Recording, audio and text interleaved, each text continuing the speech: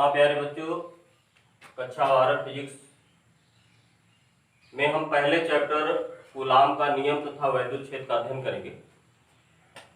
इसमें हम आवेश तथा आवेश से संबंधित प्रॉपर्टीज का अध्ययन करते हैं। हम इसमें पहली हेडिंग पढ़ेंगे आवेश। आवेश क्या है? जब दो पदार्थों को आपस में रगड़ते हैं तो उन दोनों पदार्थों में एक दूसरे को आकर्षित करने का गुण उत्पन्न हो जाता है। इसी गुण को आवेश कहते हैं। अब इसको परिभाषित कैसे किया गया है? द्रव्य से संबद्ध वह गुण जिसके कारण द्रव्य वैद्युत एवं चुंबकीय प्रभाव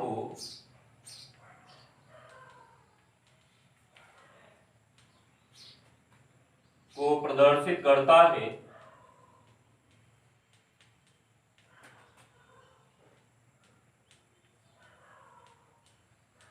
आवेश कहलाता है।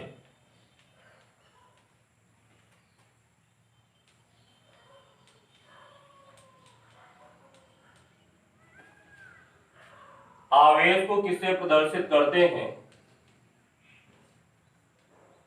देखिए, आवेश का मतलब आवेश की मात्रा से है। इसके अंग्रेजी quantity of charge. Quantity of charge का पहला वर्ड क्यू है, तो हम इसको किससे प्रदर्शित करेंगे? क्यू से। हम इसको स्मॉल क्यू या कैपिटल क्यू से प्रदर्शित करेंगे और इसका सूत्र होता है Q बराबर N इंटू ई। इसमें N क्या है? इलेक्ट्रॉनों या प्रोटॉनों की संख्या। इलेक्ट्रॉनों या प्रोटॉनों की संख्या। E क्या है? इलेक्ट्रॉनिक आवेश।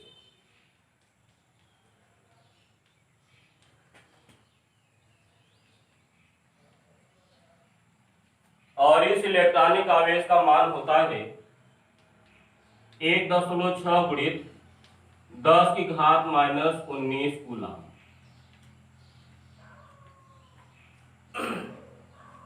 एक बार फिर से ध्यान दीजिए बच्चों, हमने क्या बताया? जब दो पदार्थों को आपस में रगड़ा जाता है तो उन दोनों में एक दूसरे को आकर्षित करने का गुण उत्पन्न हो जाता है और इसी गुण का नाम डॉक्टर गिलबर्ट ने आवेश रखा।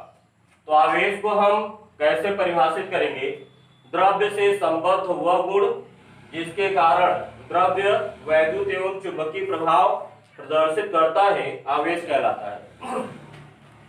आवेश को हम क्यू से प्रदर्शित करते हैं, स्मॉल क्यू या कैपिटल क्यू। इसका सूत्र क्या होता है? Q बराबर N इंटू ई।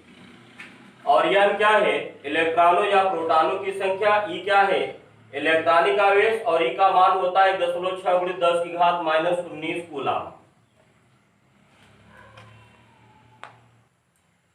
देखिए, आवेश का एसआई पद्धति में मात्रक क्या होता है? एम्पियर सेकेंड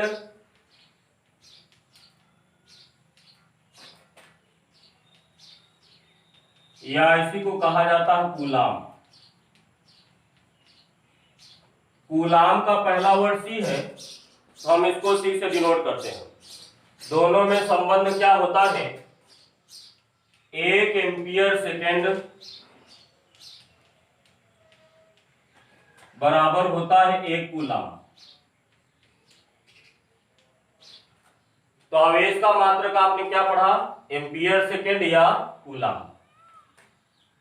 1 एम्पियर सेकेंड बराबर होता है 1 कूलाम। ये एम्पियर सेकेंड कैसे आया?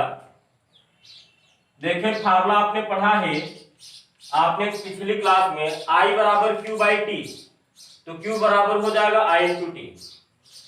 अब देखिए, धारा का मात्रक क्या होता है? एम्पियर, जिसको हम A से डिनोट करते हैं, और समय का मात्रक क्या होता है? सेकेंड। तो बताइए आवेश का मात्रक क्या हो जाएगा? Ampere second. और यही आपको, इसी को हम क्या बोलते हैं, कूलाम। अब इसके बाद हम आते हैं इसके विमीय सूत्र पर। देखिए इसका विमीय सूत्र क्या होगा, कैसे निकालेंगे हम लोग। देखिए Q बराबर, फार्मूला आपने पढ़ा I इंटू टी। तो आवेश का विमीय सूत्र निकालेंगे। ये भी देखिए मूल राशि है, ये भी मूल राशि है। तो आवेश का विमीय सूत्र क्या हो जाएगा, धारा का विमीय सूत्र जिसको हम कैपिटल A से डिनोट करते हैं, समय का विमीय सूत्र जिसको हम कैपिटल T से डिनोट करते हैं। दोनों का अगर साथ में लिखें तो हम इसको AT लिख सकते हैं या TA लिख सकते हैं। तो इसका विमीय सूत्र क्या हो गया, TA या AT। अब इसके बाद हम लोग आते हैं मूल आवेश। मूल आवेश, फंडामेंटल चार्ज, या इसी को हम इलेक्ट्रॉनिक आवेश भी कहते हैं। इलेक्ट्रॉनिक आवेश,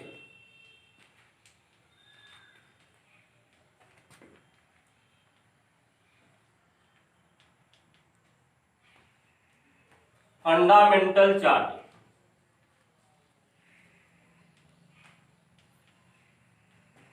फंडामेंटल चार्ज।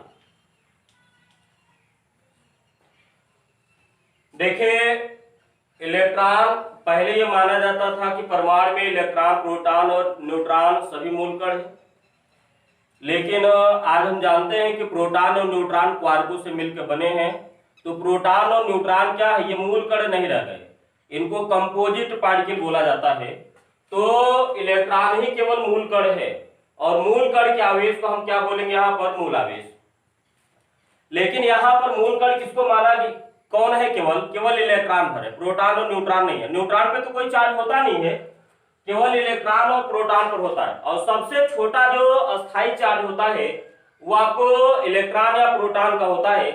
लेकिन इलेक्ट्रॉन आपको मूल कण है, इसलिए इसी के आधार पर हम यहाँ पे डिफाइन करेंगे मूल आवेश क्या होता है। एक इलेक्ट्रॉन पर उपस्थित आवेश को मूल आवेश कहते हैं। तो इसकी परिभाषा हो गई, ये बोर्ड में पूछा भी जाता है एक अंक में। तो इसकी परिभाषा है, एक इलेक्ट्रॉन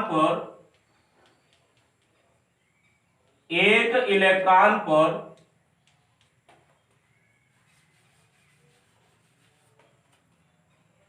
उपस्थित आवेश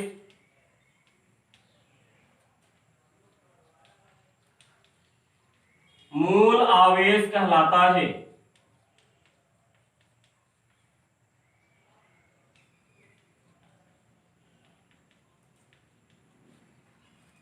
एक इलेक्ट्रॉन पर उपस्थित आवेश मूल आवेश कहलाता है। देखिए इलेक्ट्रॉनिक आवेश, इसकी अंग्रेजी ई से शुरू होती है, तो हम इसको स्मॉल ई से प्रदर्शित करते हैं। इसे यानी मूल आवेश को इसे स्मॉल ई से प्रदर्शित करते हैं।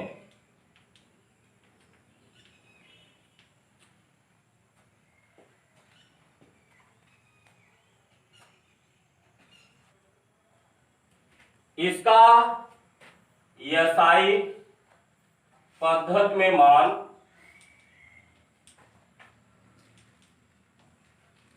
इसका एसआई पद्धति में मान 1.6 × 10⁻⁻19 कूलाम होता है।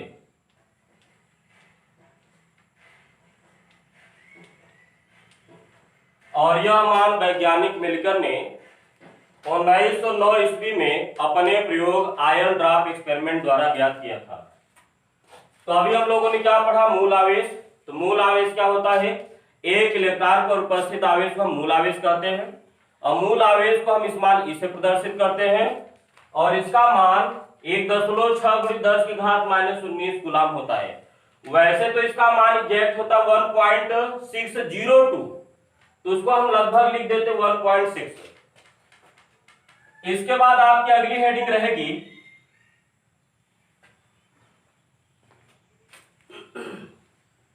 आवेश का क्वांटीकरण। आवेश का क्वांटीकरण, या इसी को परमाणुकता भी कहते हैं।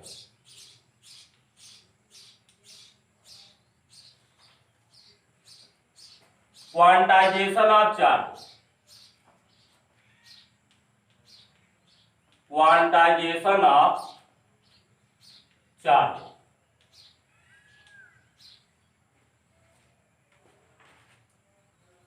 आवेश का क्वांटीकरण देखें क्या है। जिस तरीके से आप मार्केट में दूध लेने के लिए जाते हैं तो आप या तो एक पैकेट दूध लेते हैं या 2 या 3 या 4 इस तरीके से लेते हैं, यानी पूर्णांक में ही हमेशा लेते हैं। और सबसे जो छोटा पैकेट होगा वो एक पैकेट, आपको कभी फ्रैक्शन में नहीं मिलेगा कि अगर आप मार्केट में जाए दूध लेने के लिए कहिए कि आपको 1.2 पैकेट दूध दे दिए तो आपको नहीं मिलेगा, क्योंकि हमेशा जो पैकेट होगा वो पूर्णांक में आपको होगा, या एक पैकेट या 2 पैकेट या 3। इसी तरीके से जो आवेश होता है, जो चार्ज होता है, वो भी क्या होता है, वो पैकेट के फॉर्म में होता है। ठीक है, जिसको हम, और ये जो आवेश होता है, जो सबसे छोटा पैकेट होता है वो ई होता है, स्मॉल ई। आवेश का जो सबसे छोटा पैकेट होता है वो स्मॉल ई होता है। तो किसी भी पदार्थ पर, अब ये आवेश की प्रकृति धन भी हो सकती है, ऋण भी हो सकती है। धन और ऋण मान नहीं है, धन और ऋण क्या है, प्रकृति है। तो हम यहाँ पर केवल मान की बात कर रहे हैं, तो वो धन भी हो सकता है, ऋण भी हो सकता है। तो किसी भी पदार्थ पर उपस्थित जो आवेश होगा वो इसी के पूर्णांक में होगा। जैसा हमने क्या बताया, दूध जो आपको होगा या एक पैकेट 2 पैकेट इसी तरीके से आप ले सकते हैं, वैसे आवेश भी जो आपको मिलेगा वो ई के पूर्णांक में ही मिलेगा। यानी ये पैकेट का काम करेगा। जैसे एक पैकेट, 2 पैकेट, 3 पैकेट, 4 पैकेट, इस तरीके से आपको दूध मिलता है, उसी तरीके से आवेश भी जो मिलेगा या तो ई का 1 टाइम्स या ई का 2 टाइम्स या ई का 3 टाइम्स, इसी तरीके से पूर्णांक में ही मिलेगा। कभी ये आपको भिन्न में नहीं मिलेगा। आपको ऐसा नहीं मिलेगा 1.2 ई, 5.7 ई, 11.3, इस तरीके से आपको चार्ज नहीं मिलेगा। तो ये क्या है, इलेक्ट्रॉन के आवेश का पूर्ण गुणज है, ये पूर्णांक है, और ये क्या है, भिन्न है। तो आवेश जो होता है वो मूल आवेश का पूर्ण गुणज होता है, लेकिन भिन्न गुणज नहीं होता है। इसी को कहा जाता है आवेश का क्वांटीकरण या परमाणुकता। तो हम इसकी परिभाषा पढ़ाते हैं, यह भी बोर्ड में एक अंक में पूछा जाता है। तो इसकी परिभाषा क्या हुई, किसी भी पदार्थ पर उपस्थित आवेश मूल आवेश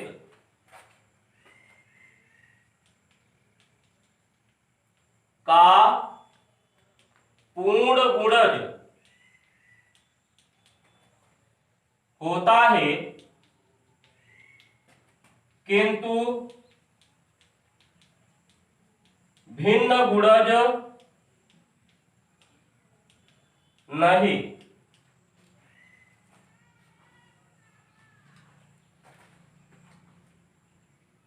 इसे आवेश का क्वांटीकरण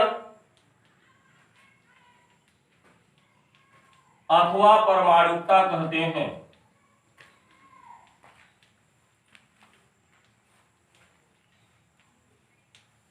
मैथमेटिकली इसको हम कैसे रिप्रेजेंट कर सकते हैं, Q बराबर प्लस माइनस एन इंटू ई। ये प्लस और माइनस क्या है, ये आवेश की प्रकृति है। तो यन यहां पर क्या है, पूर्णांक है। तो यन का मान 1 भी हो सकता है, 2 भी हो सकता है, 3 भी हो सकता है, इस तरीके से अप टू इनफाइनाइट। तो हम लोगों ने आवेश का क्वांटीकरण या परमाणुकता क्या पढ़ा, किसी भी पदार्थ पर जो उपस्थित आवेश है, किसी भी पदार्थ पर उपस्थित आवेश मूल आवेश का पूर्ण गुणज होता है, किंतु भिन्न गुणज नहीं। इसे ही आवेश का क्वांटीकरण या परमाणुकता कहते हैं। और इसको हम मैथमेटिकली कैसे लिख सकते हैं, Q बराबर एन इंटू ई। आवेश की प्रकृति प्लस में भी हो सकती है और माइनस में भी हो सकती है।